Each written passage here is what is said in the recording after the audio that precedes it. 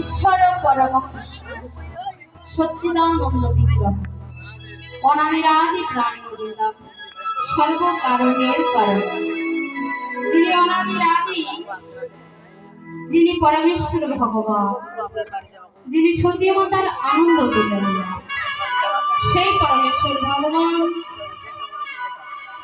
নিত্যগুলো বৈকুণ্ঠ পরিহার করে কলিহত জীবগণকে উদ্ধার করিবার লাগে সেই বৈকুণ্ঠ ধাম থেকে যে ধন গোলকে গোপনে ছিল, যে ধন কোনো যুগেই কোনো কালে অর্পণ করা হয়নি,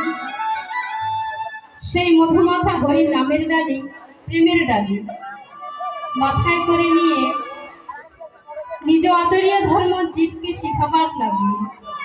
এই নদিয়ার মাটিতে অবতীর্ণ হল। এই নদিয়ার মাটি